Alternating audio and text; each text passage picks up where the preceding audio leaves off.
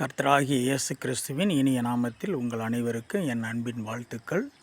இன்றைய நாளிலும் கர்த்தர் உங்களோடு கூட இருந்து உங்களை ஆசீர்வதிப்பாராக. வேதம் சொல்கிறது தானியேல் 6:10 தானியேல் 3 வேளையும் கர்த்தருக்கு முன்பாக முழங்கால் படியிட்டு ஜெபம் பண்ணி ஸ்தோத்திரம் பண்ணினான் என்று சொல்லி வேதம் சொல்கிறதை பார்க்கிறோம். இந்த வேத பகுதியினுடைய பின்புலத்தை பார்க்கிற போது தானியேலுக்கு விரோதமாக சூழ்நிலைகள் எல்லாம் கூடிக்கொண்டு வருகிறதை பார்க்கிறோம். அவன் அந்த சூழ்நிலைகளை பார்த்து தன்னுடைய ஜெபத்தை நிறுத்தாதபடி, ஸ்தோத்திரத்தை நிறுத்தாதபடிக்கு அவன் ஆண்டவரை நோக்கி தான் செய்து வந்த பிரகாரமாகவே செய்து வந்தான் என்று சொல்லி பார்க்கிறோம்.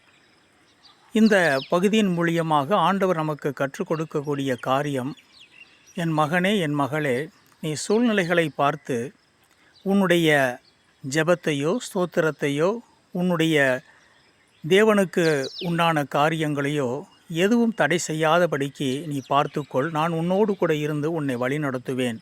இன்றைக்கு சூழ்நிலைகளை பார்த்து கலங்கி தவித்து தேவனை விட்டு தூரமாக நிற்கிற எனக்கு அருமையானவர்களே, கர்த்தர் நிச்சயமாக உங்களோடு கூட இருந்து உங்களை வழி நடத்துவார். ஆகையினாலே நீங்கள் தேவனை முன்பு எப்படி பின்பற்றி தேவனுக்கு முன்பாக நடந்தீர்களோ அதே போல நடக்கும்படியாக தேவன் இன்றைக்கும் உங்களை அழைக்கிறார்.